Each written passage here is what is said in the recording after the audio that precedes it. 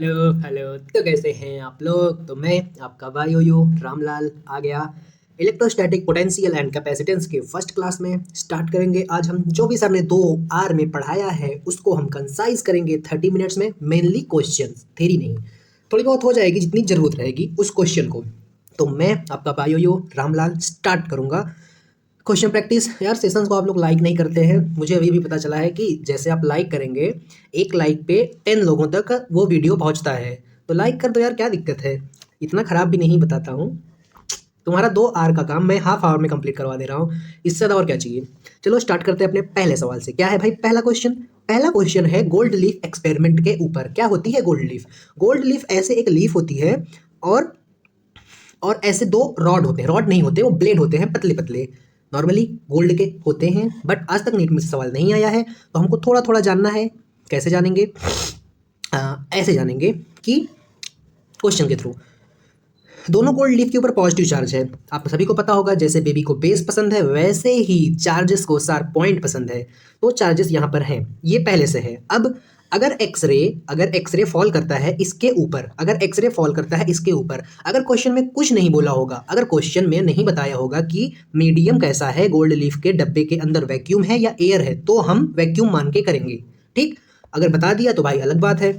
ठीक, अब अगर वैक्यूम है और उसके ऊपर एक्सरे ऐसे फॉल कर रहा है, तो जो गोल्ड लीफ दोनों होती है उसके बीच जो एंगल थीटा होता है उस पर नो इफेक्ट होगा, कोई इफेक्ट नहीं होगा। लेकिन अगर एयर का मीडियम होगा तब एक्सरे फॉल करेंगी। तो एयर में पॉजिटिव और नेगेटिव दोनों चार्जेस होते हैं, तो नेगेटिव वाला पार्ट पॉजिटिव वाले से अट्रैक्ट होगा।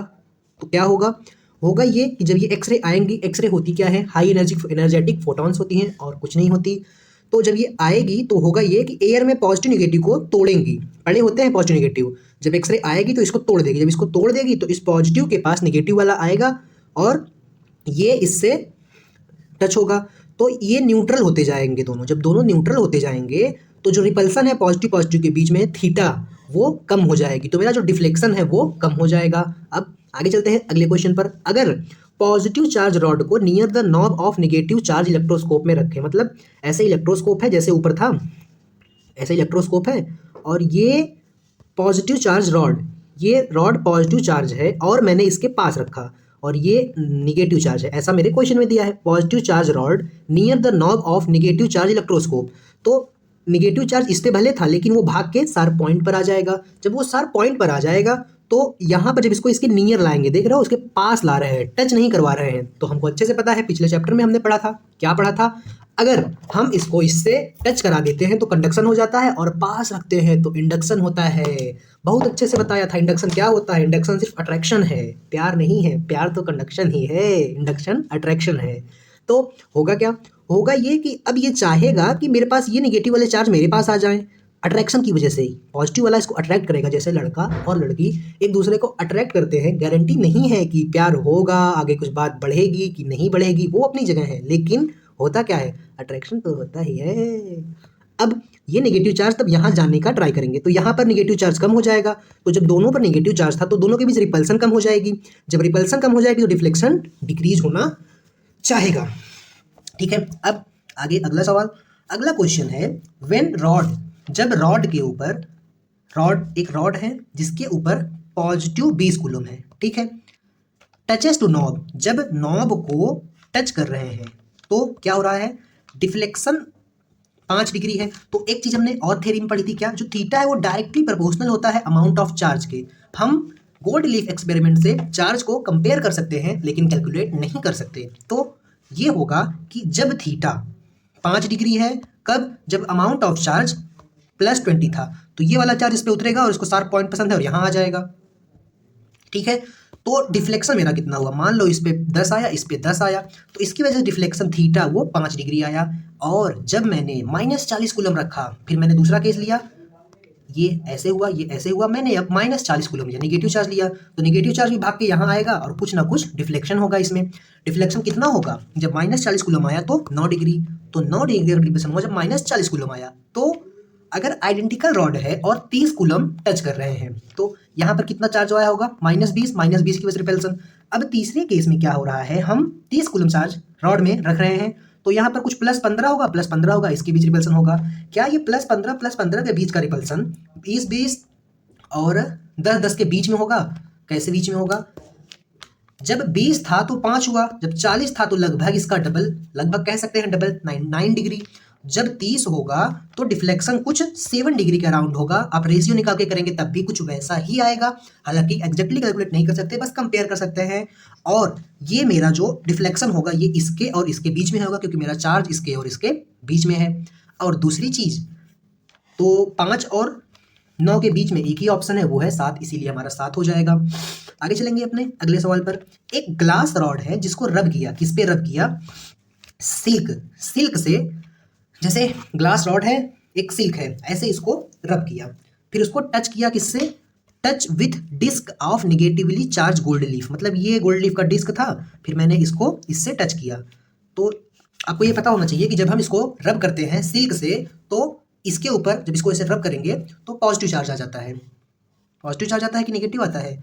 एक सेकेंड, जब इसको ऐसे रब करते हैं तो पॉजिटिव आता है और ये अपना ये चार्ज लॉस करता है, तो इसमें क्या चार्ज आ जाएगा? पॉजिटिव। तो हमको बताना है कि ये इस पर ट्रांसफर होगा। डिस्क जो है वो with the disc of charge leaf with negative, disc पहले से निगेटिव चार्ज थी, मतलब इसके ऊपर जो चार्ज रहा होगा वो भाग के 60 पॉइंट पर आ गया होगा। अब जब इसके पास पॉजिटिव पॉइंट आएगा तो क्या होगा भाई? होगा ये कि ये इसको अट्रैक्ट करेगा, तो यहाँ से ये नेगेटिव चार्ज कम होगा, तो डिफ्लेक्शन मेरा डिक्रीज हो जाएगा, रिपल्सन कम हो जाएगा ना जब यहाँ से नेगेटिव चार्ज कम हो जाएगा। तो क्यों? क्योंकि इसको टच किया, प्यार बढ़ने लगा, प्लस माइनस मिलने लगा, माइनस भाग भाग के इसके पास गया। घर वाले बोल रहे हैं मत मिलो, लेकिन बोल रहा है नहीं मैं मिलूंगा। डिफ्लेक्शन कम होता है तो क्या हुआ? इज्जत घर वालों की जाती है तो क्या हुआ? मैं जाके अपने उससे मिलूंगी, तो डिफ्लेक्शन डिक्रीज हो गया, मतलब इज्जत कम हो गई। अब चार्ज गोल्ड लीफ एक्सपेरिमेंट है, अगर हमको कोई चार्ज नहीं पता है कि पॉजिटिव की नेगेटिव, तो हम बाय डिफॉल्ट पॉजिटिव लेते हैं, आपको ये पता होना चाहिए। अब जब एक्सरे उस पर फॉल कर रहा है तो कुछ थीटा एंगल में डिफ्लेक्शन है इसके बीच में, ठीक है, जब एक्सरे फॉल कर रहा है। जब बताया ना हो कि कौन से मीडियम में, तो हम बाय डिफॉल्ट वैक्यूम लेंगे, और वैक्यूम में थीटा में कोई फर्क नहीं आता है, ठीक। आगे चलेंगे। अब मैंने एक बात और नहीं बताई, इस चैप्टर को पढ़ने से पहले आपको वर्क पावर पढ़ के आना है। क्यों पढ़ के आना है वर्क पावर? बिना वर्क पावर पढ़े ये चैप्टर नहीं समझेगा, नहीं समझेगा, नहीं समझेगा, 100 बार बोल दूं। क्यों नहीं समझेगा? क्योंकि पूरे 2 घंटे में जो चीज़ समझाई है वहाँ पर work done by conservative force, वो चीज़ें यहाँ पर यूज होंगी, कुछ सिमिलैरिटी होंगी। मैं ऐसे बताऊंगा, अगर आपने वर्क पावर पढ़ा है तो ऐसे ही आपको समझ में आएगी, वर्क पावर नहीं पढ़ा है तो ये दर्द होगा। चलो, जैसे इलेक्ट्रिक पोटेंशियल है और इलेक्ट्रिक पोटेंशियल एनर्जी है, इलेक्ट्रिक पोटेंशियल को V से डिनोट करते हैं, इलेक्ट्रिक पोटेंशियल एनर्जी को U से डिनोट करते हैं। इसका जो यूनिट होता है, यूनिट इसका वो जूल होता है, और पोटेंशियल का यूनिट 3 यूनिट होता है। क्या क्या? एक वोल्ट होता है, एक जूल पर कूलम होता है, दूसरा जूल का ही दूसरा नाम है न्यूटन मीटर स्क्वायर पर कूलम। और इसका यूनिट तो भाई जूल होता है, सबको पता है। एनर्जी का यूनिट जूल होता है, कैलोरी होता है, बहुत सारे यूनिट्स हैं, बट मोस्टली यही हमारे इसमें यूज होंगी। अब क्या, जो इलेक्ट्रिक पोटेंशियल होता है ना, वो कुछ अलग नहीं होता है, सिर्फ पोटेंशियल एनर्जी को 4 से डिवाइड कर देते हैं, इसी को हम इलेक्ट्रिक पोटेंशियल कहते हैं। ठीक है, ठीक है।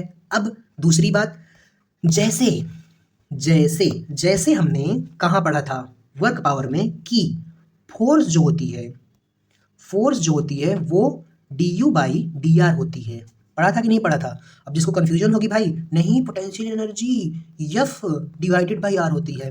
अरे गधों, डैश के बच्चों, कम से कम डायमेंशन का तो सोच लेते। ये एनर्जी है, एनर्जी का डायमेंशन ml-2, और ये लेंथ है, एक लेंथ जाएगी, लेंथ कट जाएगी, ml-2। फोर्स का डायमेंशन आ गया। जब जब कंफ्यूजन होगी, डायमेंशन बाबा और हमारे बाबा का आशीर्वाद हमेशा अपने साथ रखना, ठीक। तो ये गलत है, ये सही है। वैसे ही जैसे ये आता कैसे था? ये आता था यूएफ से। यूएफ क्या याद है कि नहीं याद है? मैंने बताया था वर्क पावर में, यूएफ नाली कंसेप्ट। यहाँ से यहाँ जाएंगे तो डिफरेंशिएट, यहाँ से यहाँ जाएंगे तो इंटीग्रेट, यहाँ से यहाँ जाएंगे तो क्या मिलेगा? फोर्स मिलेगा। डिफरेंशिएट करेंगे पोटेंशियल एनर्जी को किसके रिस्पेक्ट में? रेडियस के रिस्पेक्ट में, मतलब डिस्टेंस के रिस्पेक्ट में। और जब फोर्स से पोटेंशियल एनर्जी लिखनी हो तो वो हो जाता है इंटीग्रेशन ऑफ F/dr।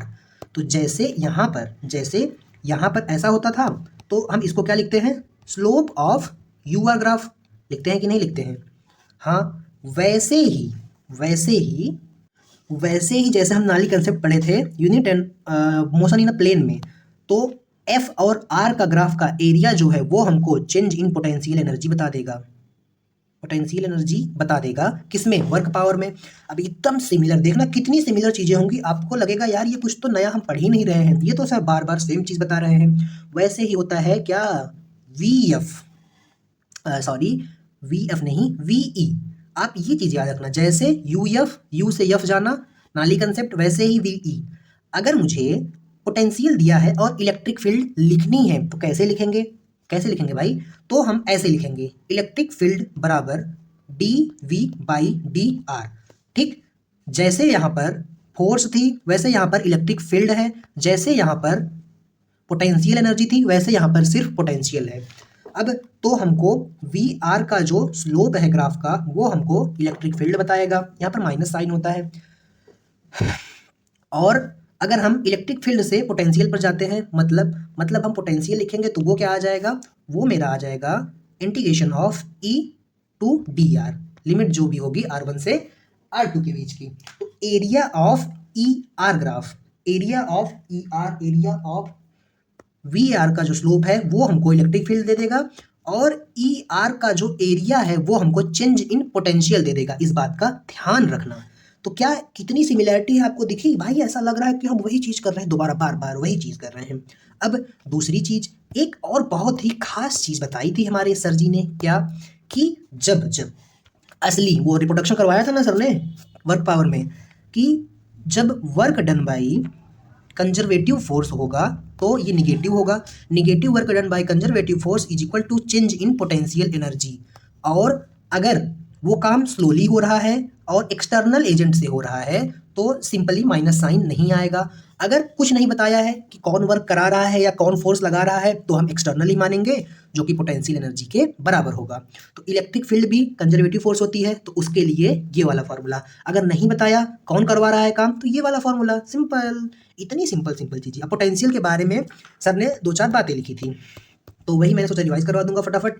तो पोटेंशियल होता क्या है, ध्यान रखना, पोटेंशियल और पोटेंशियल एनर्जी में जब जब कंफ्यूज हो गए, इसका यूनिट जूल, इसका यूनिट जूल पर कूलम, इसका यूनिट कैलोरी, इसका यूनिट वोल्ट भी हो सकता है, ध्यान रखना इस बात का। और जो पोटेंशियल होता है वो सिंपली पोटेंशियल को 4 से डिवाइड कर देंगे, पोटेंशियल एनर्जी को 4 से डिवाइड कर देंगे तो पोटेंशियल आ जाएगा। अब ये देखो, क्या ये चीज़ मैंने अभी भी ऊपर नहीं बताई थी कि पोटेंशियल इज इक्वल टू हो जाएगा चेंज इन पोटेंशियल ई और अच्छा मिट गया डी आर का इंटीग्रेशन। और अगर हम रेफरेंस इन्फिनिटी पे ले जो कि 99% टाइम जनरली होता है तो ऐसा हो जाएगा। और हमने एक डबा वाला कंसेप्ट पढ़ा था, क्या डबा वाला concept, force is equal to डबा यू बाई डबा आर, याद है या भूल गए। तो वैसे ही यहाँ पर इलेक्ट्रिक फील्ड, अच्छा एक बात और बताऊँ, कौन सी बात, U से F, V से E, E और F देखो सिमिलर सिमिलर नहीं लग रहा है कि जैसे E वैसे F, E के बाद F आता है, तो ऐसे भी आप याद रख सकते हैं। और दूसरी चीज, सर ने चीख चीख के गला फाड़ फाड़ के चिल्लाया था कि बाबू पोटेंशियल एनर्जी रेफरेंस पे डिपेंड करती है, पोटेंशियल एनर्जी रेफरेंस पे डिपेंड करती है, लेकिन चेंज इन पोटेंशियल रेफरेंस पे डिपेंड नहीं करता है, नहीं करता है, नहीं करता है। तो क्या आप वर्क पावर पढ़ के आए हैं, नहीं पढ़ के आए हैं तो पहले वो पढ़ें फिर उसके बाद ये चैप्टर पर आए।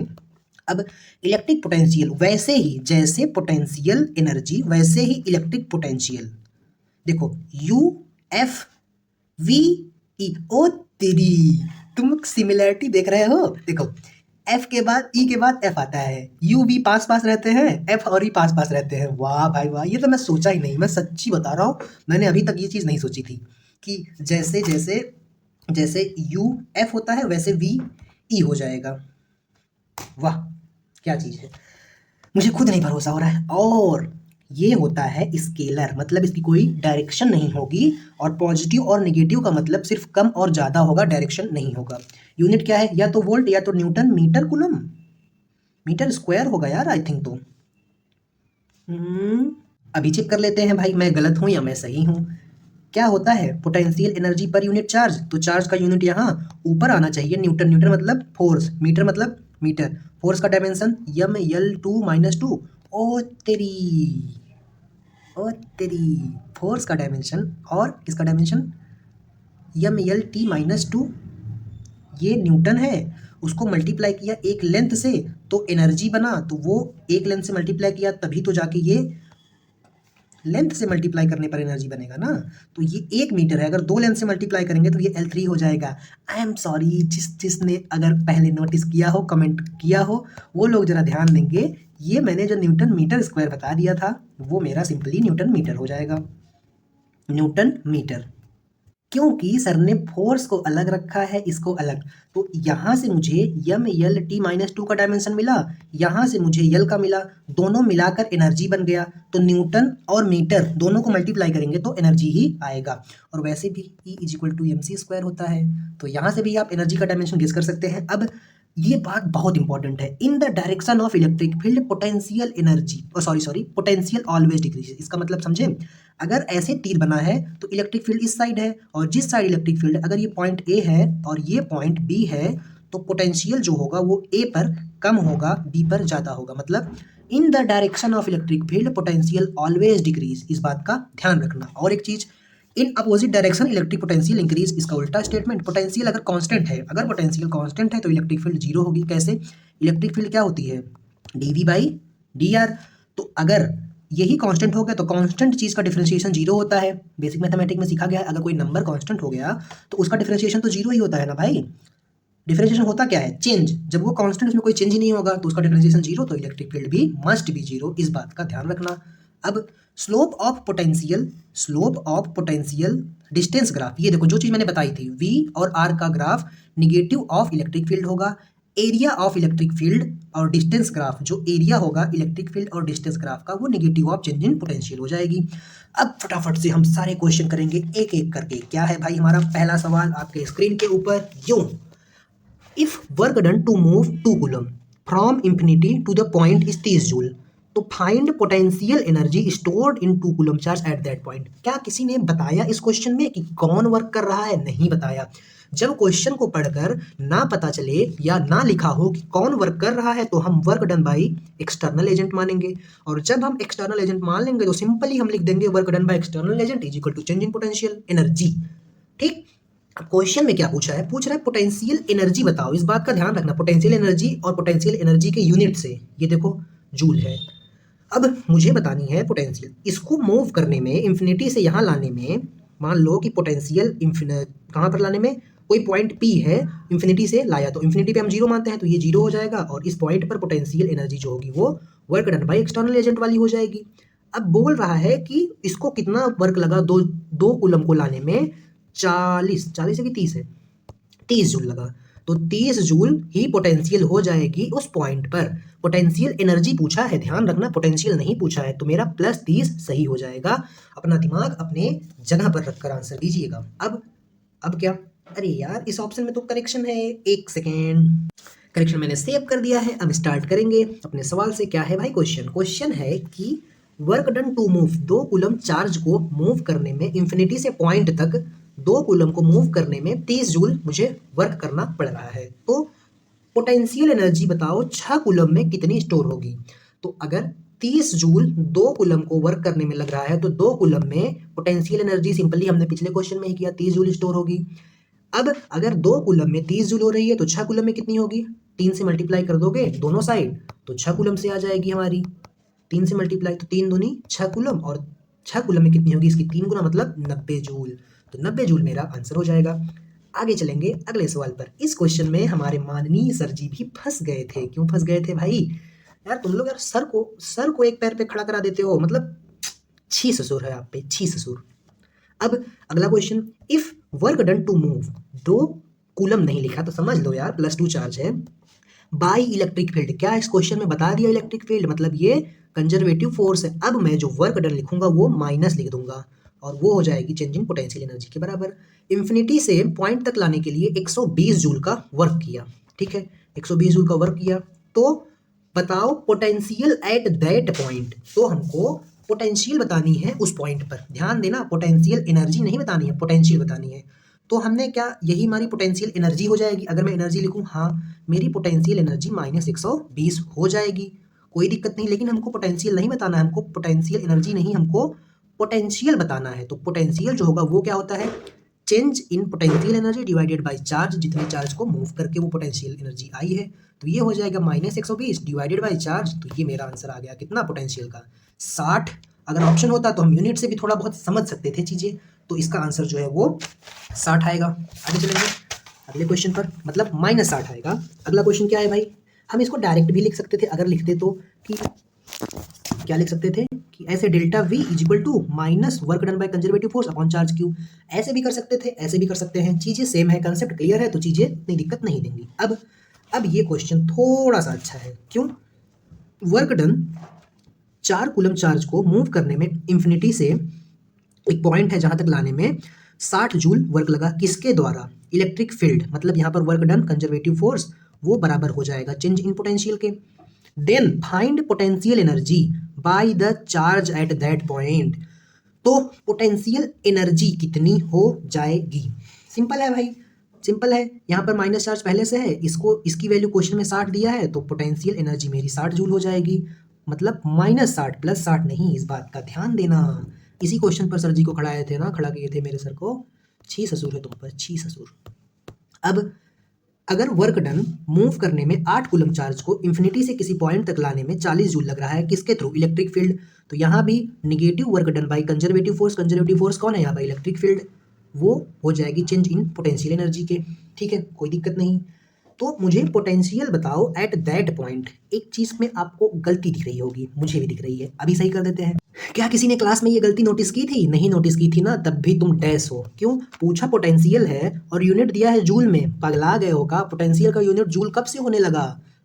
मैं सच में फर्स्ट टाइम चैप्टर पढ़ रहा हूँ, लेकिन मज़ा आ रहा है भाई, कसम से मज़ा आ रहा है। अब पोटेंशियल बतानी है, 8 कूलम चार्ज को इंफिनिटी से लाने में 40 जूल लगा, तो कैसे बताएंगे? चेंज इन पोटेंशियल, एक सेकेंड, चेंज इन पोटेंशियल जो होगा वो होगा सिंपली मेरा minus of work done by electric field divided by charge. ये मेरी चेंज इन पोटेंशियल हो जाएगी। अब आप चाहें तो पहले पोटेंशियल एनर्जी निकाल लें, उसके बाद चार्ज से डिवाइड करें, योर विश। अब ये कितना है? 40 है, और माइनस फॉर्मूले का चार्ज कितना है? 8 कूलम, तो 8 × 45 मतलब -5 मेरा -5 जूल पर coulomb will be my answer. आगे चलेंगे, आगे क्या है भाई? अब देखो, इसमें भी तुम लोग सर को खड़ा कराए थे ना, अच्छा नहीं किए थे। हालांकि सर ने भी मिस्टेक कर दी थी। क्या की थी मिस्टेक? कि अच्छा इसमें नहीं, छोड़ो यार। वर्क डन मूव कराना है 8 कूलम चार्ज को, इलेक्ट्रिक फील्ड ए से बी जा रही है, तो 48 जूल है। तो पोटेंशियल एनर्जी बताओ बी पर, अगर ए पर पोटेंशियल एनर्जी इतनी है, तो क्या हम सिंपली लिख देंगे कि चेंज इन पोटेंशियल हो जाएगी minus work done by conservative force. Electric field एक कंजर्वेटिव फोर्स है कि नहीं है? क्यों? कैसे पता करते हैं कौन कंजर्वेटिव है कौन नहीं है? तो अगर आप वर्क पावर देखे हैं तो आपको सर ने अच्छे से बताया था कौन सी बात, कि जिस नाम के साथ तुमने कभी पोटेंशियल वर्ड सुना हो वह कंजर्वेटिव फोर्स होती है। एग्जांपल, स्प्रिंग पोटेंशियल एनर्जी सुने हो, कंजर्वेटिव होती है। फ्रिक्शन पोटेंशियल सुने हो, नहीं, तो कंजर्वेटिव नहीं होती। नॉर्मल पोटेंशियल एनर्जी सुने हो, नहीं, तो वो भी कंजर्वेटिव नहीं होती। वैसे इलेक्ट्रिक पोटेंशियल सुने हो, हाँ सुने हैं इलेक्ट्रिक पोटेंशियल, तो भाई सुने हैं, कभी तो सुने होंगे। अब यार इतने बड़े डैश तो होगे नहीं कि नाम नहीं सुने होंगे। तो ऐसे पहचानते हैं कंजर्वेटिव फोर्स। अब टेंशन पोटेंशियल एनर्जी सुने हो, नहीं सुने हैं, तो भाई वो कंजर्वेटिव नहीं है। अब मुझे एक बात बताओ, ये क्या है? ए से बी पर जा रहे हैं, तो final potential energy B minus initial A. ठीक है, तो वर्क डन कितना हो रहा है? 48 जूल, लेकिन फॉर्मूले का माइनस साइन और 48 इसका 48, 48 हिंदी मीडियम से होना, इसीलिए ऐसा होता है मेरे साथ। पोटेंशियल मुझे बी पर बताना है, तो बी को वैसे ही रहने दो, माइनस ये फॉर्मूले का और ये -30 डेटा का इज इक्वल टू -48। तो क्या मेरा बी पे पोटेंशियल ये माइनस माइनस प्लस हो जाएगा और इस साइड जाएगा तो फिर से माइनस हो जाएगा। तो 5 3 8 80, 80 - 2 78, तो ये मेरा 78 जूल। वाही का नतीजा मैं बार बार बोल रहा था मिस्टेक नहीं करूंगा, और खुद मैंने इस क्वेश्चन में मिस्टेक कर दी। क्या बताया है क्वेश्चन में और क्या पूछा है? हमको पोटेंशियल बताया है फ्रॉम बी टू ए, मतलब फाइनल पॉइंट ए है, इनिशियल पॉइंट बी है, वो बराबर है किसके? कुछ नहीं बताया तो एक्सटर्नल का वर्क लेंगे, work done by external divided by charge Q से इसको डिवाइड करेंगे, तो हमको चेंज इन पोटेंशियल मिल जाएगा। क्वेश्चन में ए का पोटेंशियल दिया है, कितना दिया है? 20, तो 20 minus VB is equal to work कितना दिया है? 60 क्वेश्चन में दिया है, और -4 कूलम चार्ज दिया है, तो ये मेरा -15 आ गया कि नहीं आ गया? आ गया। अब इस 20 को क्यों लेके जाना, इसको इस साइड लेके चले जाओ, तो जब इसको इस साइड लेके जाएंगे और 15 को इस साइड लाएंगे तो ये 15 + 15 हो जाएगा, इसको इस साइड लेके जाएंगे तो ये माइनस से प्लस वीवी हो जाएगा, और मेरी पोटेंशियल ऑफ बी जो है वो कितनी हो जाएगी? 20 10 30 5 35। तो मैंने खुद इसमें मिस्टेक कर दी थी, मैंने इसको थोड़ा सा करेक्शन कर दिया है। तो कुछ लोग कमेंट डाल दिए होंगे, अगर जो ध्यान से पढ़ रहे होंगे तो उनको मैं रिकमेंड करूँगा पूरी क्लास लेने के बाद ही कमेंट किया करें। तब तक के लिए ओके बाय। क्वेश्चन क्या है बताओ, ट्रू कौन सा है? जब इलेक्ट्रिक फील्ड के डायरेक्शन में पोटेंशियल एनर्जी डिक्रीज होती है और पोटेंशियल भी डिक्रीज होता है, सॉरी पोटेंशियल डिक्रीज होता है। तो ये सारे वी हैं, यू तो दिख नहीं रहा है भाई, किसी को यू दिख रहा होगा तो भाई यहाँ दिखाओ अपना डॉक्टर को।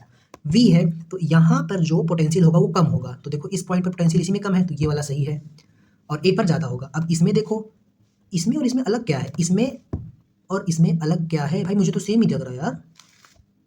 सेम ही मान लो, ठीक है यार, क्वेश्चन रिपीट हो सकता है। तो बी पर पोटेंशियल कम होगा, तो बी पर पोटेंशियल कम होगा और ए पर ज़्यादा होगा। यहाँ पर बी पर पोटेंशियल कम था, ए पर ज़्यादा था। अब अगर नेगेटिव चार्ज हुआ तो क्या हो जाएगा, तो इलेक्ट्रिक फील्ड की डायरेक्शन इस तरफ बनेगी और यहाँ पर पोटेंशियल कम होगा और यहाँ पर पोटेंशियल ज़्यादा होगा। बस इतने ही क्वेश्चन थे, मिलते हैं अगली क्लास में, तब तक के लिए ओके बाय।